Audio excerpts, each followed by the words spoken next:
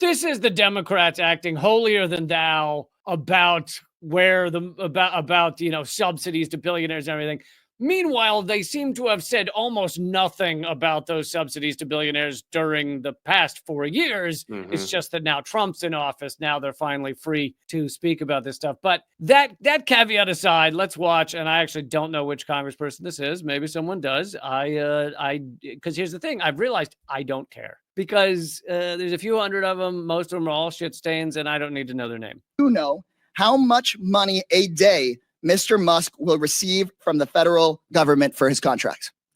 No. The answer is $8 million a day.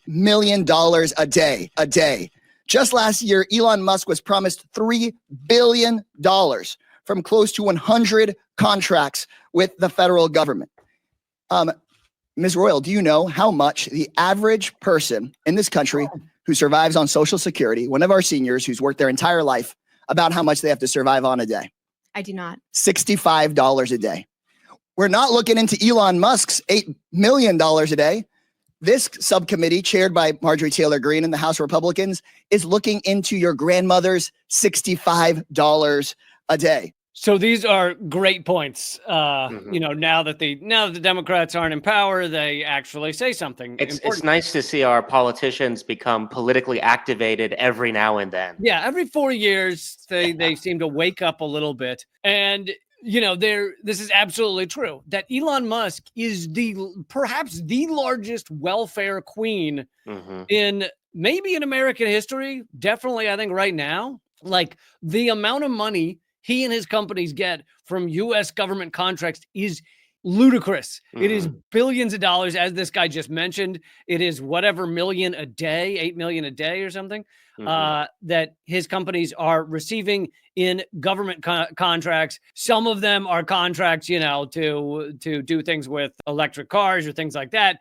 But some of them are war-making contracts, like his contracts with Starlink to facilitate U.S. proxy wars around the globe, that type of thing. So some of them are killer contracts. Some of them are just, maybe even a contract that I support in terms of building, maybe electric infrastructure or something. But in general, largest welfare queen in the country. Just billions of dollars flowing to Elon Musk. Meanwhile, his Doge agency is going after Social Security and a lot of other things. Some of them, again, we got to have some nuance here. Some of the things that Doge seems to be ripping up, I actually agree with them ripping up. I have no love for USAID. USAID is strategically used to create coups around the world. You don't like aid, Lee?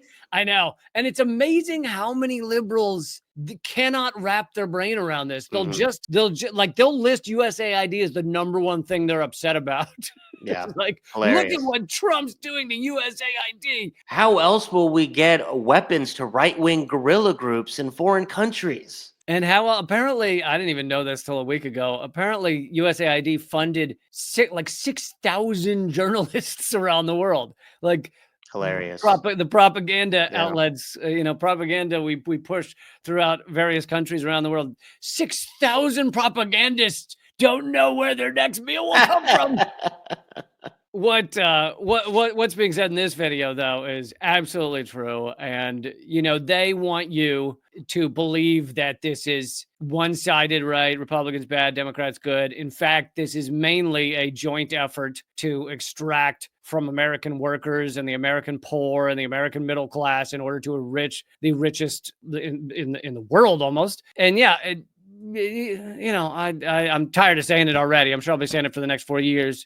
Trump makes it more forthright. He does it in front of you. It's more obvious. But the analogy I like to use lately is that the Republicans slam their foot on the gas pedal. Democrats, they let the foot off the gas pedal, but they're not grabbing the steering wheel or moving in either direction. They're just kind of angry at the pace at which things are happening, but they're not taking us in any different direction. Yeah, that's not far off from an analogy I used to use in my stand-up, but I was talking about climate crisis, and I was talking about the two parties. I was like, it's like being in a car, and we're headed off a cliff, just straight off a cliff, flooring it, and you've got one guy going, let's go off the cliff a little bit at this angle. And the other side, no, let's go off the cliff a little bit at this angle. And that's the debate. Exactly. But in both of our analogies, we're flying off of a cliff in a car. Yep. I like that. Very similar.